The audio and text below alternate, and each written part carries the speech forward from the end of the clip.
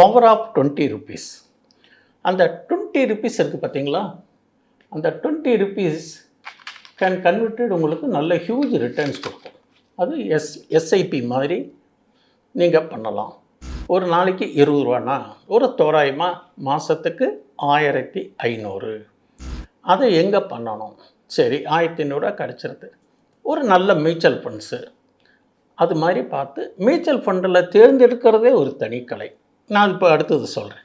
இப்போ அந்த 20 ருபீஸு மாதத்துக்கு ஒரு 1500 1400 கிடைக்கிறதா?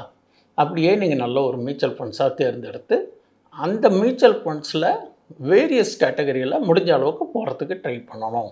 அப்படி பண்ணுறது பார்த்திங்கன்னா ஒரு எஸ்ஐபி கால்குலேட்டர் பேசிஸில் ஒரு தோராயமாக மதிப்பு என்ன கேட்டிங்கன்னா 10 வருஷம் கழித்து அது 4,13,000 வாய்ப்புகள் இருக்குது.